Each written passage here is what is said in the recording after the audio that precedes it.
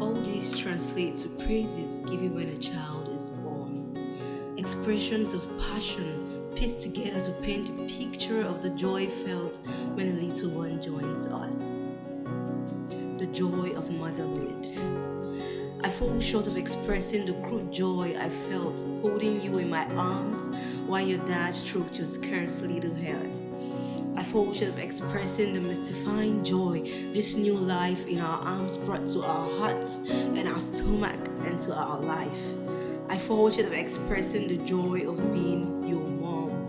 I guess what I'm trying to say is that in the million years mankind has existed, reinventing itself and constantly changing, the joy felt when a child is born has stayed constant. And on November 13th, 2020, we felt our own joy.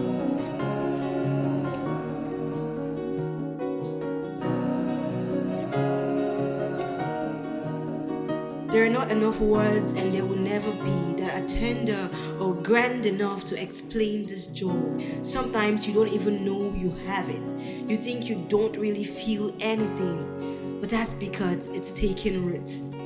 And it grows and bears fruit through your actions and reflexes towards your beautiful bundle of joy. The birth of a child is an event that leaves you both speechless and loyal, with a billion thoughts of how far you are willing to go for this teeny, weeny human.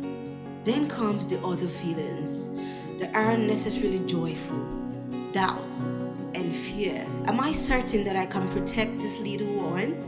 Am I certain that I have what it takes to be a good mom? I already feel betrayed by my own body. The pain it feels won't let me hold you well. It has proven incompetent in producing food for my baby. I'm struggling to see results, pumping with no results. I feel so tired and sore every time. Everything is happening so fast. The sleepless nights, the water pressing, the abundance of hot and spicy food I'm forced to consume 6 times a day. The sore breast, the still bulging stomach. Sometimes I just want someone else to hold my bundle of joy. Does that make me a terrible mom? No, it only makes me a mom. Because all these feelings and discomfort fade every time I carry you in my arms. They fade every time I nurse you. They fade every time I see how peaceful you sleep. They fade every time I see you smile in your sleep.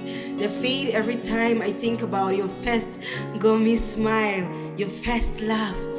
They fade every time I pray for you. They fade every time I think about the miracle of your birth. They fade every time I remember that it was our decision to have you. Yes, I may have stretch marks and I may have added 10 kg or even more. I may have felt depressed and overwhelmed at some point. I may have felt insecure about my body, but none of these things consume me the way my love for you does. None of these things has taken away my thankfulness for everything that I have right now. None of these things could, and none of these things can. In all of these, I am thankful for a partner to share with. A good and kind man. A man who kept declaring his love for me through it all. A man who kept reminding me just how much he loves my body. A man who allowed me to rest while he took care of you. A man who changed more diapers than me. A man who saw me with all my feelings of insecurity, confusion, and depression and responded with love. A man who stayed strong just to allow me feel everything that I felt I needed to feel.